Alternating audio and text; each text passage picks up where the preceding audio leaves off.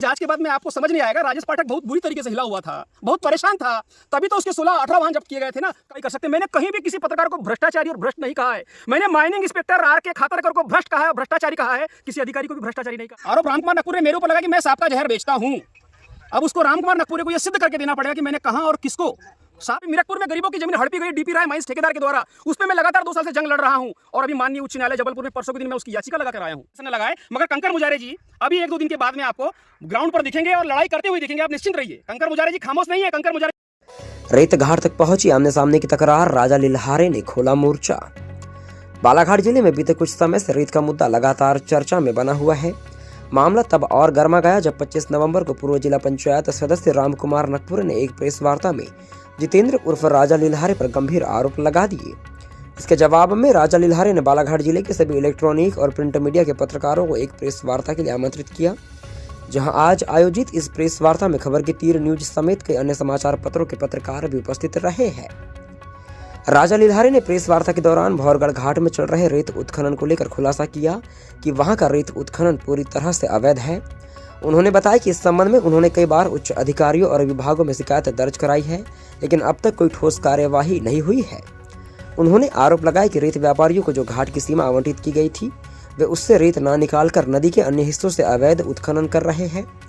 इस पर खनिज विभाग की लापरवाही को लेकर उन्होंने कड़ी आलोचना की और अधिकारियों पर गंभीर आरोप भी साधे हैं। प्रेस वार्ता के दौरान राजा लिल्हारे ने खुद को पर्यावरण और नदी का संरक्षक बताते हुए क्षेत्र में चल रहे अवैध रेत खनन को रोकने की जरूरत पर जोर दिया। उन्होंने खनिज विभाग पर निष्क्रियता का आरोप लगाते हुए कहा कि विभागीय अधिकारी इस मामले में कुंभकर्ण की नींद सो रहे हैं।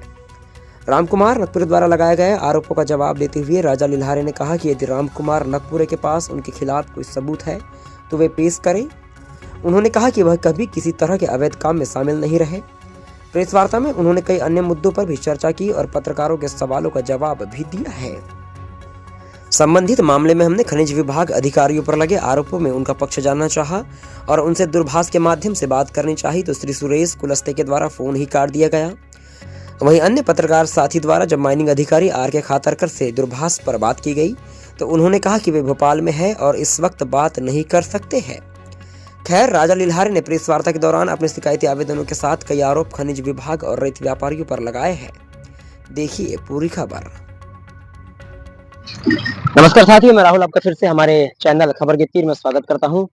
और बीते समय में जो नाम राजा लिल्हारे, जिनके आह्वान पर यहाँ पे मेरे द्वारा और भी हमारे अन्य पत्रकार साथी पहुंचे हैं आज भौरगढ़, और भौरगढ़ घाट की वास्तविक स्थिति से आज राजा लिल्हारे जी ने हमें परिचित कराया है। और भी उनके द्वारा आरोप जो कि माइनिंग अधिकारी हो गए या फिर साथ में अन्य खनिज विभाग से संबंधित लोग जिनके ऊपर में आरोप साधे गए हैं, इनकी वस्तु स्थिति आज हमने अपने चैनल के द्वारा आपको दिखाया है। अब मेरे बाद आप जिन्हें सुनेंगे उनका नाम है राजा लिल्हारे। तो चलिए, ये जो देख रहे हैं आप, ये जो सामने झंडी गड़ी है, यहाँ से लेके तो सामने जो एक नीली और एक पीली झंडी गड़ी है, वहाँ तक ये स्वीकृत एरिया है और यहाँ से ये सीधा लंबा इनका पट्टा है। ये खुद जानकारी मुझे माइनिंग इंस्पेक्टर सुरेश कुलस्ते ने दी है यहाँ पर, जिसमें श्रीमती आसू गुनाराम बगले जनपद अध्यक्ष खैलान जी को भी मौजूद थी, सुनील भंडारकर भौरगढ़ ये भी मौजूद थे, सरपंच भौरगढ़ भी यहाँ मौजूद थे। उनके सामने ये जानकारी दी गई है कि ये पीली झंडी है, यहाँ से लेके वो नीली झंडी और पीली झंडी वहाँ तक स्वीकृत एरिया है और यहाँ से पूरा ये सीधा पट्टा है और ये पानी में से यहाँ पर इन्होंने उत्खनन किया है पॉकेट मशीन के द्वारा। अब यहाँ से आप देखिए 1 किलो यहाँ से जो जहाँ तक वो उत्खनन करते करते आ गए, वो तो 1 किलोमीटर दूर से उत्खनन कर रहे हैं, मगर अभी आधा किलोमीटर दूर तक अभी भी आपके सामने आपने देखा है, आधा किलोमीटर दूर को उत्खनन कर रहे हैं। तो अब ये जो स्वीकृत एरिया है जी, इसके बारे में आपको जानकारी किसने दिया? ये स्वीकृत एरिया की जानकारी हमको माइनिंग इंस्पेक्टर सुरेश कुलस्ते ने जानकारी दी है, जिसमें श्रीमती आसू गुनाराम बगले जनपद अध्यक्ष खैलान जी भी मौजूद थी, मैं भी था, सुनील भंडारकर जी मौजूद थे, सरपंच भौरगढ़ भी मौजूद थे। उनके सामने जानकारी दी कि हमारा। अच्छा, इसके संबंध में कोई लिखित जानकारी आपके पास में है? लिखित जानकारी इसके संबंध में नहीं है। जब उसने जो झंडी गड़ा है यहाँ पर कुलस्ते ने, हम लोगों के समक्ष वो काम किया है और हमको ये बोला कि ये यहाँ से इतना सीधा स्वीकृत एरिया है, तो यहाँ से भी उत्खनन हुआ। आप देख सकते हैं ये उत्खनन हुआ है ना, अब वहाँ से उत्खनन हो रहा है। अब वो जो उत्खनन हो रहा है जहाँ से अभी, उसका मैं 15 जुलाई को पंचनामा करवा चुका हूँ, जिसमें 120 मीटर प्लस 100 मीटर 4.5 मीटर अवैध उत्खनन पाया गया खैरलांजी आरआई, पटवारी भोरगढ़ और कोटवार के द्वारा, और वो पंचनामा मेरे पास में है जिसकी मैंने 5 शिकायत की, उसके ऊपर कोई कार्रवाई नहीं की। और वो किसने किया? अनुराग तिवारी ने, नरेंद्र राजपूत ने ये स्वीकार भी किया है विधायक गौरव सिंह पारदी जी के सामने, आशु गुनाराम बघेल के सामने और ग्रामीणों के सामने कि हम वैध कर रहे हैं। वो अवैध को वैध बता रहे थे, मगर पंचनामा में वो अवैध पाया गया। अच्छा, कितना इनका रकबा कितना है? यहाँ पर इनका जो एरिया है वो 4.950 हेक्टेयर यहाँ पर उनका स्वीकृत है। लगभग 13 एकड़ का इनका यहाँ पर स्वीकृत है। ये जो पूरा पट्टा दिख रहा है आप, ये वाला, वो सामने और झंडियाँ लगी है, वो दिख रही है। वो तो रास्ते के लिए, वो उसका है, सब्जी भाजी वालों ने लगाया है। अच्छा अच्छा, है ना। और ये है रोड इनका। बनी है, ये जो रोड बनी है इन्हीं ने बनाई है यहाँ से उत्खनन करने के लिए, मगर वो जो रोड बनाई है वो खेत के रास्ते से बनाई, किसी के खेत में से बना दी थी। अच्छा। किसानों ने विरोध कर दिया, धूल से फसल खराब हो रही है, हाँ। तो उन्होंने फिर अब बंद कर दिया यहाँ से, जबकि उनको यहाँ से रेत ले जाना चाहिए था निकाल के। तो अब वो स्वीकृत जगह से तो अभी खनन नहीं हो रहा है। नहीं हो रहा है। इससे आधा किलोमीटर दूर, ये पास में ही, पास में। हाँ, यहाँ पर देख रहा हूँ मैं, मेरी नजर में आ रहे हैं कम से कम 2500 ट्रैक्टर लगे हुए हैं। और काफी चला गया ट्रैक्टर, यहाँ से चले गए हैं। अच्छा, और भागते हैं जी, बहुत भागते हैं। तो आप खुद ही समझिए, आप अपने सामने देखिए कि नदी के अंदर भंडारण कोई करता है क्या? आपके समक्ष अभी नदी के अंदर भंडारण किया गया है, आपने देखा ना भंडारण किया। अच्छा, तो आपके द्वारा की गई शिकायतों पे कोई निराकरण किसी अधिकारी के कोई द्वारा? निराकरण किसी अधिकारी का आज तक किया नहीं है, किसी अधिकारी ने। इसलिए तो मैं बार बार वीडियो बना के ये बात को जनता के बीच में रख रहा हूँ ना। मैंने लगातार शिकायत की लिखित में, कलेक्टर को शिकायत की, माइनिंग अधिकारी को शिकायत की, एनजीटी में शिकायत की है, प्रमुख सचिव खनिज को शिकायत की, मुख्य सचिव मध्य प्रदेश शासन को शिकायत की है। अच्छा महोदय, ये बताइए कि आपने जो पूर्व में शिकायत की थी, जो कमिश्नर महोदय आए थे, उन्होंने कार्रवाई किए हुए थे, तो क्या उससे आप नहीं, कमिश्नर की कार्रवाई से मैं संतुष्ट इसलिए नहीं हूँ। अच्छा, कि कमिश्नर की जो कार्रवाई हुई, उन्होंने कितने घाट पे कार्रवाई की? उन्होंने एक डोंगरिया घाट पर की थी, चिचोली घाट पर की थी, रामपायली बिठली उस घाट पे की थी, सावरी में भंडारण पे कार्रवाई की थी और खैरी में भंडारण पे कार्रवाई की थी। उसमें यह हुआ कि मैंने इनकी जो जितनी कार्रवाई हुई, छापामार कार्रवाई, उसमें मैंने 3 RTI लगाई माइनिंग विभाग बालाघाट को, मगर माइनिंग विभाग बालाघाट ने मुझे कोई जवाब नहीं दिया उसका कार्रवाई से संबंधित। फिर मैंने प्रथम अपील की कलेक्टर बालाघाट को, 1.5 महीने में उन्होंने भी कोई जवाब नहीं दिया। उस समय तत्कालीन कलेक्टर कौन थे? उस समय वर्तमान कलेक्टर वो गिरीश कुमार मिश्रा थे। फिर मैंने राज्य सूचना आयोग को वो अपील करके भेजा, द्वितीय अपील राज्य सूचना आयोग को भेजा। राज्य सूचना आयोग में मेरा रजिस्ट्रेशन नंबर तो आ गया अपील का। अच्छा। मगर आज दिनांक तक 5-6 महीना हो गए, मुझे कोई जानकारी प्रदान नहीं की। इसलिए मैं कमिश्नर की जांच से संतुष्ट नहीं हूँ। अब आप क्या चाहते हैं? मैं चाह नहीं रहा हूँ, मैं तो सीधे हाईकोर्ट चले गया इस मामले को, उस मामले को लेकर, और माननीय उच्च न्यायालय में अब उसकी सुनवाई होगी। अभी कल उसकी सुनवाई थी, मगर एक सीनियर जज नहीं थे, डबल बेंच उसको सुन रही है, इसलिए वो तारीख उसकी टल गई है। अभी अगली तारीख उसकी मिलेगी, जिसमें वहाँ पर अब मैं न्यायालय से ही उम्मीद कर सकता हूँ कि न्यायालय ही इसके ऊपर कोई। अच्छा लिल्हारी, आज जो आपके द्वारा प्रेस कॉन्फ्रेंस की गई और आह्वान किया गया पत्रकार साथियों का, तो किस संबंध में किया गया है? मैं पत्रकार साथियों को इस संबंध में मैंने आज प्रेस कॉन्फ्रेंस रखी और आह्वान किया है कि बहुत दिनों से भोरगढ़ नदी रेत घाट के हल्ला चल रहा है पूरे जिले में, और कई प्रकार के बयान बहुत सारे नेताओं के द्वारा आ रहा है। मैं ये चाह रहा हूँ कि हम बालाघाट में बैठ के हल्ला कर रहे हैं, हम खैरलांजी में बैठ के हल्ला कर रहे हैं, जहाँ की घटना है वहाँ जाकर हम हल्ला करें और वहाँ जाके हकीकत देखें, तो सारी जो सच्चाई है वो बाहर आएगी। इसलिए मैंने यहाँ पत्रकार वार्ता बुलाई है।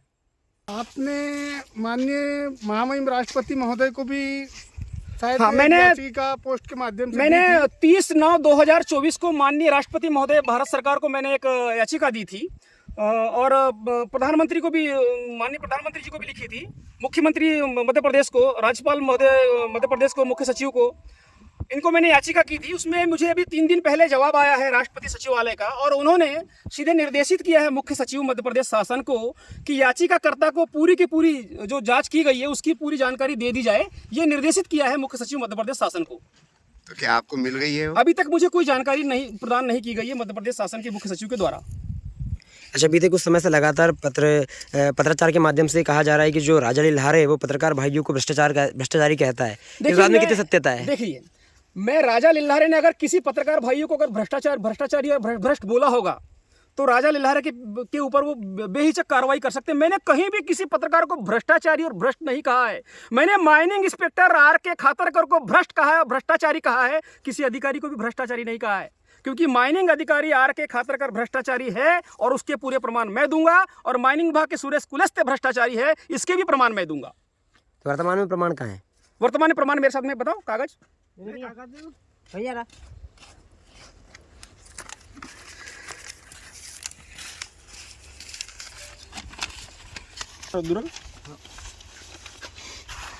है।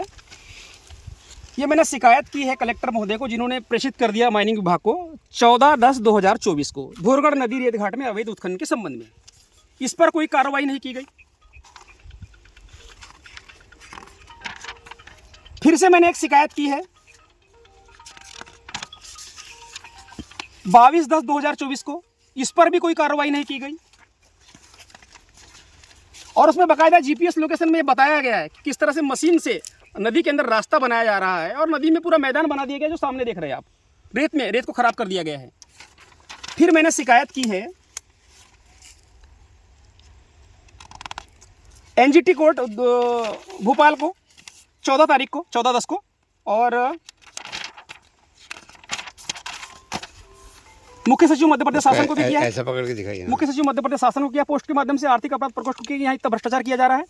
कलेक्टर बालाघाट बिडाल मेरा को भी किया है।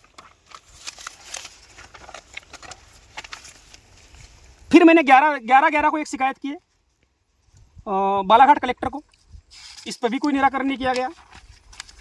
फिर मैंने 22/10 को भी मैंने शिकायत की है, आईजी सर को किया है, पुलिस अधीक्षक को किया, कलेक्टर को किया है, इस पर भी कोई निराकरण नहीं किया गया।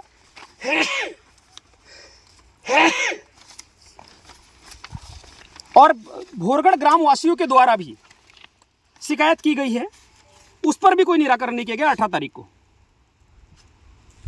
ये पूरे ग्रामवासियों के द्वारा शिकायत की गई है, आप देख सकते हैं सील साइन है पूरी, और ये ग्रामीणों की सिग्नेचर है इसमें, और ये पूरे ग्रामीणों की सिग्नेचर है। ये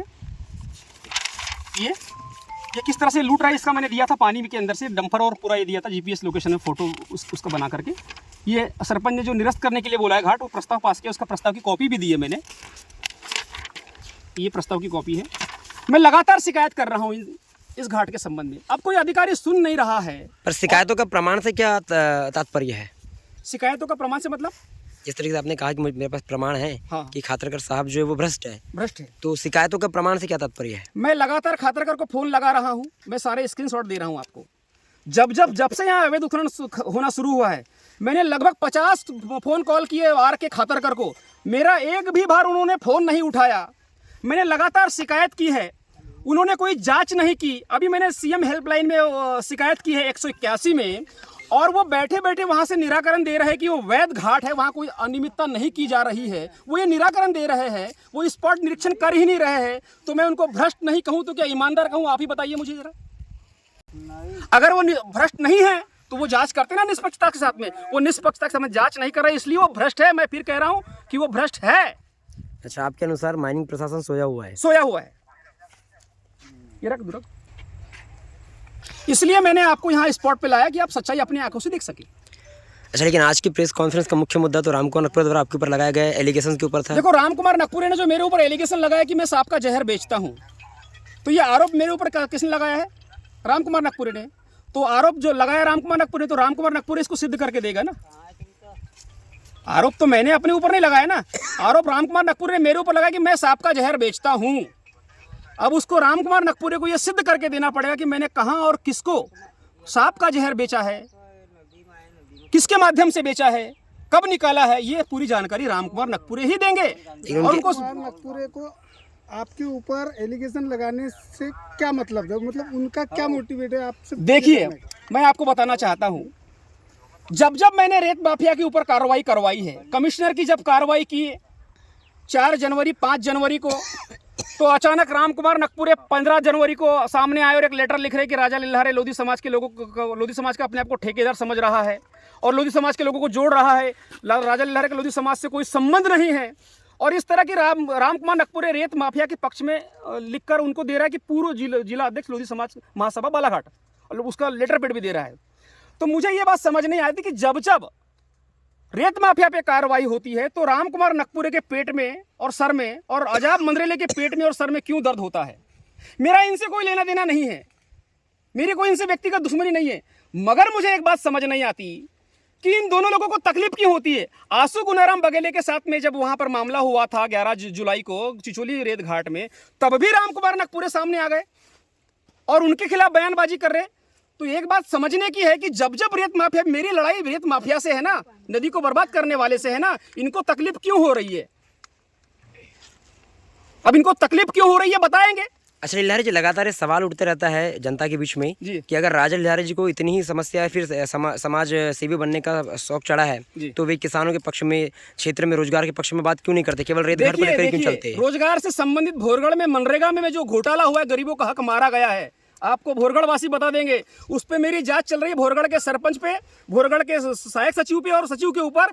माननीय सीओ जो है, जिला सीओ, उनके पास में उनकी पेशी चालू है लगातार और बहुत जल्दी उसमें परिणाम आने वाले। ऐसा नहीं है कि राजा लिल्हारे एक ही मामले में लड़ रहा है, राजा लिल्हारे सभी मामले में लड़ रहा है। अभी मीरकपुर में गरीबों की जमीन हड़पी गई डीपी राय माइंस ठेकेदार के द्वारा, उस पर मैं लगातार 2 साल से जंग लड़ रहा हूँ और अभी माननीय उच्च न्यायालय जबलपुर में परसों के दिन मैं उसकी याचिका लगा कर आया हूँ।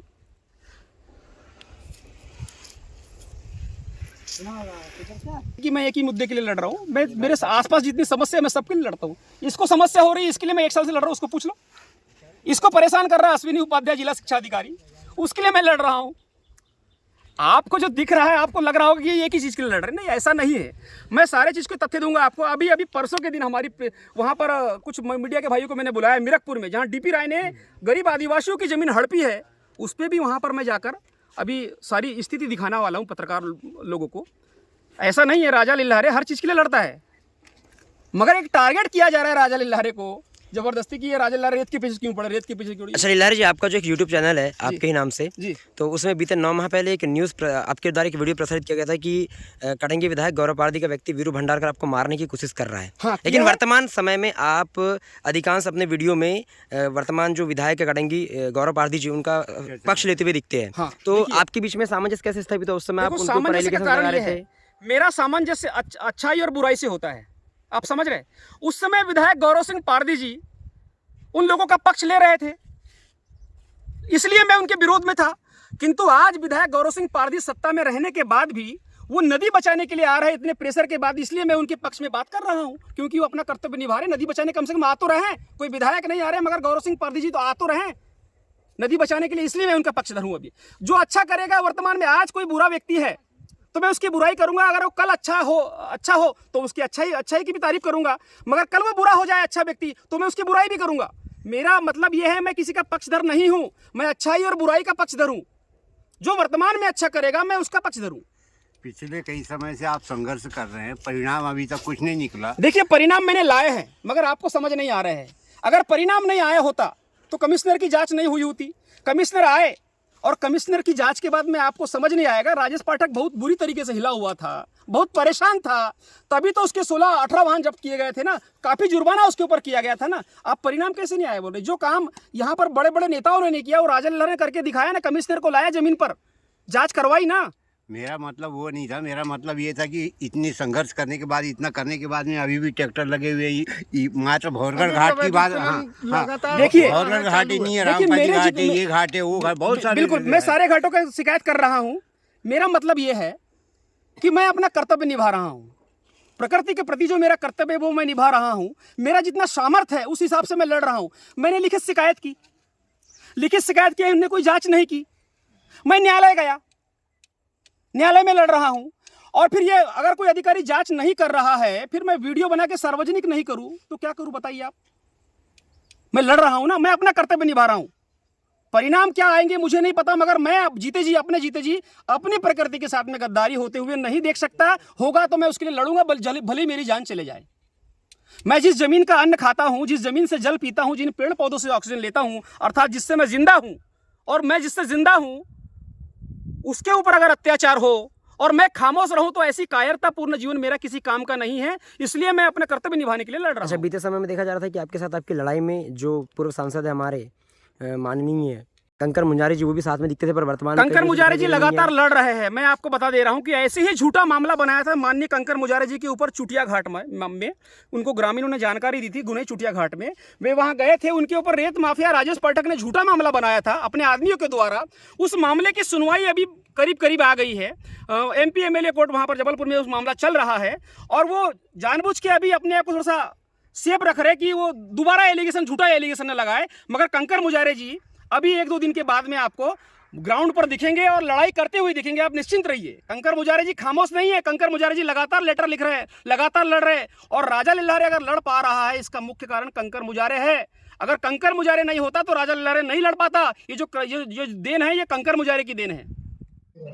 साथियों, आज हम राजा लिल्हारे जी के आह्वान पर भौरगढ़ पहुंचे और भी अन्य पत्रकार साथी मेरे यहाँ पे पहुंचे हुए हैं। हम सभी ने इनके द्वारा भौरगढ़ घाट का भ्रमण किया, उसकी वर्तमान वस्तु स्थिति से हमें परिचित भी कराया गया, किस तरीके से अवैध चल रहा है, नहीं चल रहा है। सब कुछ राजा लिल्हारे के द्वारा हमारे चैनल के माध्यम से सभी को बताया गया कि क्या स्थिति है और उन्होंने इस संबंध में माइनिंग अधिकारियों के ऊपर में आरोप भी मढ़े और इसी बात के और अच्छे से क्लेरिफिकेशन के लिए हमारे द्वारा माइनिंग अधिकारी कुलस्ते जी को फोन किया गया, खातरकर साहब को भी फोन किया गया, लेकिन कुलस्ते जी ने फोन ही काट दिया क्लियर। और खातरकर साहब का कहना है कि वे भोपाल में है। तो फिलहाल बने रहिए।